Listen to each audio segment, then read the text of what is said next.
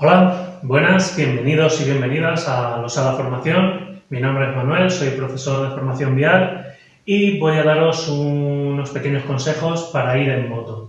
Para todos aquellos que tengáis pensado sacaros alguno de los carnets o que tengáis ya algún carnet y estéis pensando en sacaros otro, por ejemplo, si tenéis el A2 y queréis sacaros el A.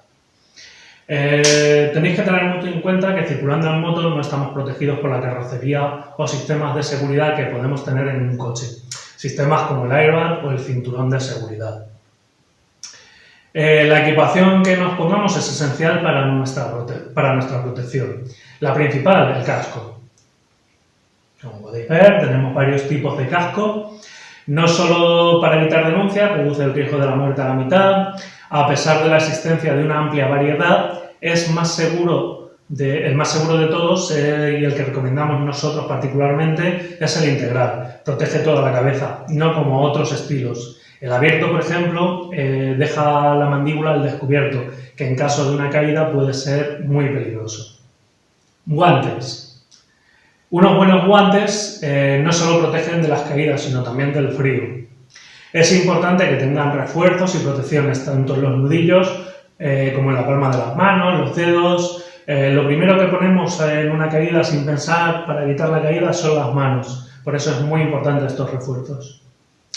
Chaqueta y pantalones. Una chaqueta para el cuerpo, a ser posible con todas las protecciones en codos, hombros, espalda y pecho. Será esencial. Aquí podéis ver una chaqueta normal y aquí podemos ver las protecciones que llevan por dentro. Esta es la chaqueta a la que le hemos dado la vuelta para que veáis cómo van puestas algunas protecciones. Para las piernas también tenemos pantalones adecuados con protecciones. Como podéis ver, también son pantalones con sus protecciones en rodillas, espinillas, etc.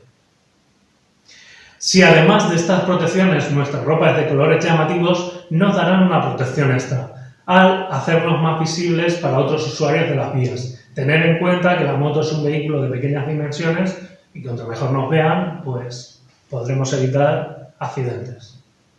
Calzado. Conducir una moto con chanclas o incluso deportivas es una temeridad. Por eso es recomendable un calzado adecuado, unas botas altas que cubran los tobillos y que tengan refuerzos y protecciones son lo ideal. Tener en cuenta que yo he visto mucha gente en verano que circula con el típico pantalón corto y unas chanclas en una moto, eso es muy peligroso. Recordad que en la moto la carrocería sois vosotros, todas estas protecciones son por vuestra seguridad, no solo el casco es importante. El efecto abrasivo del asfalto o caminos de tierra es enorme en una caída, muy doloroso y con muchas posibilidades de infectarse. Llevar una equipación adecuada es muy importante hasta en el trayecto más corto. Llevar unas buenas motos que nos protejan los pies, unas buenas botas que nos protejan los pies, llevar un buen pantalón que nos proteja las piernas, llevar unos buenos guantes que nos protejan las manos y llevar una buena chaqueta que nos proteja el cuerpo. Mantenimiento de la moto. Otra parte a tener en cuenta es el estado de nuestro vehículo. Nuestra moto tiene que estar en buenas condiciones. Es necesario hacer revisiones periódicas para comprobarlo y más si vamos a hacer un viaje, antes del cual nos aseguraremos de que todo esto está en orden. Aquí tenemos algunos puntos que podemos revisar de nuestra moto, que son los controles, el foco delantero, la bocina, frenos, aceite, espejos, llantas, luces. Esta sería otra diapositiva con algunos consejos que nos dan para revisar nuestra moto, presión de neumáticos, engrases, cadena, nivel de aceite, nivel del líquido de frenos, estado de las suspensiones, nuestras ruedas, el tensado de la cadena, comprobación de luces y claxon, pastillas de freno, líquido refrigerante. Dentro de todas estas yo voy a hacer una selección de las que considero las 3 o 4 más importantes. Los neumáticos, para mí es la parte más esencial de la moto. Tener un neumático, vigilar el dibujo, la presión, que sean adecuados.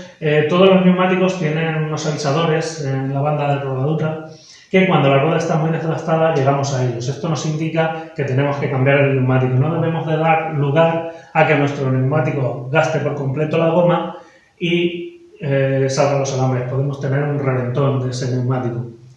En un caso extremo, un coche puede circular con menos presión en una rueda, pero una moto no. Pues sin aire una moto pierde mucha estabilidad. En cualquier gasolinera se puede comprobar. Ante la duda, en una situación extrema, es preferible que nuestra moto, si no sabemos la presión que le tenemos que dar, tenga un poquito por encima que un poquito por debajo. Las luces. Bueno, pues como podemos comprobar, cuando vamos a iniciar un viaje, tenemos que vigilar también el correcto funcionamiento de nuestras luces, tanto las indicadoras de dirección como las de posición, cortas y largas, también el claxon. Nivel de aceite. El nivel de aceite. En las motos, normalmente, para comprobar el nivel de aceite se hace en el lado derecho de la moto, como norma general, habrá alguna que no, y tenemos varios sistemas para comprobar estos niveles. Tenemos el sistema de varilla, que tenemos dos marcas que nos indican máximo y mínimo. Tenemos que recordar que los fabricantes siempre nos recomiendan que nuestro nivel de aceite esté entre las marcas de mínimo y máximo dentro. Si hay más o hay menos, es perjudicial para la moto. Y luego también tenemos el sistema de una especie de ventanita pequeña donde tenemos también las dos marcas y podemos ver el nivel del aceite, y tenemos que procurar que nuestro nivel igual esté entre el máximo y el mínimo. Intentaremos que sean los niveles indicados por el fabricante. Si tenemos más o menos, pues añadiremos o quitaremos dependiendo de lo que sea. Los frenos. Bueno, pues en los frenos comprobaremos que tanto el nivel de líquido de frenos como los discos y pastillas están bien, para evitar disgustos. También pueden ser frenos de tambor, más antiguos y con menos uso de agua. La documentación. Nunca tenemos que olvidar llevar la documentación obligatoria: carnet de conducir, permiso de circulación, tarjeta ITV y recibo del seguro en vigor. Siempre que vayamos a salir de nuestra moto, pues intentemos llevar todo esto en un bolsito o en nuestros bolsillos, o si tiene la moto algún apartamento para guardarlo, en alguno de estos apartamentos para guardarlo. Viajes de larga distancia. Bueno, preparación. Cuando el viaje que realicemos sea de larga distancia, tenemos que programarlo con antelación para elegir rutas más adecuadas y organizarnos nuestros recorridos con lugares donde parar a descansar. Para estos viajes podemos utilizar ayuda de mapas y aparatos como los GPS o los móviles modernos, que ya todos tienen GPS. Tenemos varios sistemas para poderlos colocar en nuestra moto, igual que en un coche, y poderlos ir visualizando. Los descansos. Aun cuando nuestra moto disponga de un depósito de gran tamaño que nos permita hacer muchos kilómetros sin parar, es recomendable hacer una parada cada 150-200 kilómetros, o bien cada 2 horas, aun cuando no hayamos realizado estos kilómetros que hemos dicho. Estas paradas deben durar al menos 20 minutos, pero si la alargamos a media hora, mucho mejor. Puedes parar a tomar un café, a rellenar el depósito, aún no estando vacío. Podemos rellenarlo por seguridad, siempre es mejor llevarlo el depósito lleno. O simplemente a disfrutar del paisaje y descansar. Cualquiera de estas opciones es válida. La carga. La carga es importante, como todo lo que estamos diciendo. Dentro de la preparación del viaje, a la hora de cargar el equipaje en nuestra moto, cuidaremos de hacerlo de forma adecuada, para no desestabilizar la moto y sujetarla de la mejor forma posible. No cargaremos a lo loco y siempre haremos una carga ordenada, todo bien sujetado y todo bien puesto en nuestra moto. Cuando nuestra moto tenga maletas laterales, si la carga no es muy grande, la repartiremos entre las dos, que es preferible a llevar una llena y otra vacía, lo que desestabilizaría la moto al llevar la carga en un lado. Procuraremos tener el teléfono móvil con carga completa y no apurar el depósito por los imprevistos que puedan surgir. Circulación. Vamos a hablar un poquito de la circulación. Cuando circulemos en moto, no podemos permitirnos ninguna distracción. 2 de cada 3 accidentes en moto son provocados por otro vehículo. Por eso hay que estar siempre alerta a todo lo que nos rodea. Nuestra vista es el sentido más importante en la moto. De ella dependerá percibir cualquier peligro o situación de riesgo. Hay que estar atentos a baches y otros peligros, pero sin olvidar el tráfico que nos rodea. Hay que respetar a los demás para que nos respeten. Circulación en grupo. Siempre que circulemos en grupo es importante la posición de este. Es recomendable que las personas de más experiencia ocupen las partes delanteras y traseras de este grupo y las personas de menos experiencia vayan protegidas, digámoslo de alguna manera, en el centro del vehículo, del grupo. Esto hará el viaje mucho más seguro. La posición en la calzada también es importante. Es preferible una formación en zigzag a ir en hilera. Pues la formación en zigzag, que es esta que vemos aquí abajo, nos permite, en caso de una frenada de emergencia, tener más espacio y poder esquivar otras motos para no colisionar con ella. Si en un caso de que una vía sea muy estrecha tenemos que ir en formación de hilera, pues recordad siempre mantener una distancia de seguridad suficiente.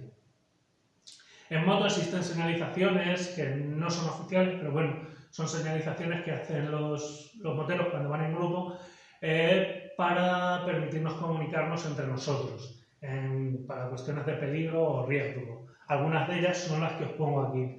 Por ejemplo, las que más se utilizan son marcar obstáculos. Si sacamos el pie izquierdo, el de detrás sabe que tenemos un obstáculo en la izquierda. Si sacamos el pie derecho, el de detrás sabe que hay un obstáculo en la derecha. Por ejemplo, cerrar el puño y levantar la mano quiere decir detener la marcha del grupo. Mover la mano abajo y arriba reiteradamente quiere decir que disminuyamos la velocidad. Hacer gestos de atrás hacia adelante quiere decir que nos pueden adelantar con seguridad. Por ejemplo, levantar un dedo quiere decir en fila de uno, o levantar dos dedos quiere decir en dos filas, en zigzag. Estos son algunos de las señales que hay. El acompañante en moto. En el caso de ir con acompañante, tenemos que tener en cuenta la colocación de este. Una moto con acompañante requiere una mayor destreza, pues su manejo se complica al cargar el peso de este en la parte trasera. Hace que la moto reaccione de diferente manera. Somos responsables de dicho pasajero y de que éste lleve tanto el casco como una ropa adecuada.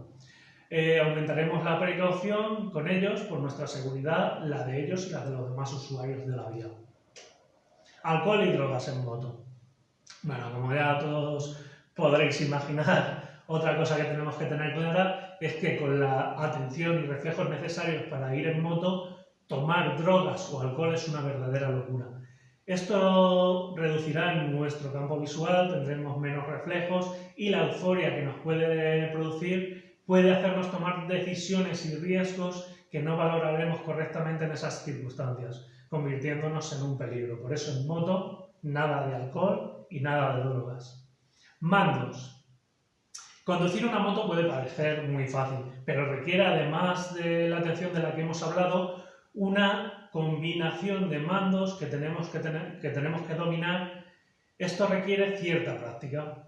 En la maneta derecha está el acelerador y el freno delantero. En la izquierda está el embrague. En el pie derecho tenemos el freno trasero y en el izquierdo las marchas. Tenemos que aprender a coordinar todos estos mandos con seguridad y suavidad. Los frenos. Los frenos es una parte muy importante y potente en una moto. Tenemos que frenar con seguridad y lo necesario en cada momento sin llegar a bloquear las ruedas de la moto, lo cual sería muy peligroso. Por eso es muy bueno si nuestra moto dispone de un sistema ABS que controla la presión del freno para no bloquear las ruedas. Circulando a 50 km por hora se necesita un espacio de más o menos unos 30 metros para detenernos, aunque esto cambia dependiendo del estado de nuestros neumáticos, de nuestros frenos, de la vía, de si llueve, de si nieva, etc. La práctica te hará aprender cuándo y cómo frenar con seguridad. Por eso al principio hay que tener una mayor precaución. Por ejemplo, a la hora de frenar se hacen dos fases. Un primer toque para que el peso de la moto cargue en las ruedas delanteras. Y luego presionar lo necesario para frenar la moto. Si directamente frenáramos de golpe y con fuerza, podemos derrapar o clavar las ruedas de la moto y dar la vuelta. Un curso de manejo puede mejorar nuestra conducción en moto. Aquí tenemos una tabla de frenada en moto con pavimento seco y pavimento mojado y podéis ver las diferencias. A 40 km por hora en pavimento seco se necesitan 19 metros y sin embargo con 40 km por hora en pavimento mojado necesitaríamos unos 42. Esto es aproximado. A 60 km por hora unos 35 metros en pavimento seco y a 60 km por hora en pavimento mojado unos 88 metros. Y ya conforme vamos subiendo, esto aumenta muchísimo más, va aumentando casi el doble en proporción. Circulación, errores comunes. Tenemos que evitar errores comunes que se tienen al circular en moto. Por eso tenemos que mantener la distancia de seguridad y no pegarnos a otros usuarios. Mientras esperamos en un semáforo a que se ponga en verde, un buen consejo es no quedarse en el centro del carril, ponerse a un lado para evitar que un conductor despistado nos arrolle. Señalizar siempre con antelación tus maniobras, no circules pegado a un turismo o en sus zonas ciegas. Cualquier volantazo te hará caer. Aún en los cruces con prioridad, no te confíes y vigila que los demás conductores estén atentos, porque tienes todas las de perder, al ser un vehículo de pequeñas dimensiones. En ciudad, cuidado con los pasos para peatones, marcas viales, alcantarillas, etc. Pueden ser deslizantes y peligrosos, sobre todo cuando están mojados o con arcilla. Otras causas, una arcilla u otras causas. Intentar cruzarlos en la medida de lo posible rectos. Nunca paséis por la derecha de una fila de vehículos, sobre todo si hay taxis o autobuses, pues pueden bajar peatones que son usuarios a tener muy en cuenta. Procurar no circular pegados a vehículos pesados. Sus grandes dimensiones pueden generar peligros como golpes de aire, por ejemplo. Aquí tenemos 6 pasos para tomar una curva. Es un consejo para tomar una curva de una forma adecuada. El primer paso, sitúese en su exterior del carril para tener un radio de giro más amplio. Conforme llegamos a la curva, nos situamos en el exterior del carril para tener un ángulo de giro más amplio. Segundo, adapte la velocidad, frene y reduzca la marcha. Tenemos que llegar a esta curva ya con una marcha adecuada y una velocidad adecuada. Tercero, termine la frenada e inicie el giro. Cuando ya vamos a iniciar el giro, no es recomendable estar frenando. Hay que ya ir a la velocidad adecuada. Cuarto, sin acelerar, incline la moto y procure no frenar dentro de la curva. Esto es muy importante. Dentro de la curva es preferible no tocar el freno.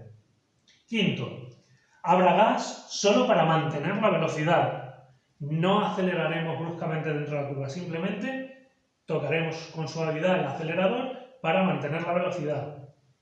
Y sexto y último, en la salida de la curva comienza a enderezar la moto y acelere. Aquí ya podemos enderezar la moto y acelerar con tranquilidad. A la hora de tomar las curvas tenemos que identificar posibles peligros como el asfalto mojado, baches o gravilla suelta. Aquí en el dibujo podéis ver una trazada correcta, que sería la verde, y una trazada incorrecta, que sería la roja. En la roja podríamos llegar a invadir el contrario, si gira demasiado pronto no puede trazar correctamente, tenemos que intentar llevar una posición correcta en la moto. Bueno, y hasta aquí el vídeo de hoy. Recuerda, espero que os haya servido de gran ayuda y recuerda, la carretera no es un circuito, no podemos trasladar lo que vemos en circuitos de carreras a una carretera por la que circulamos con otros usuarios ni competir con estos. Espero que os haya gustado, un saludo y hasta pronto.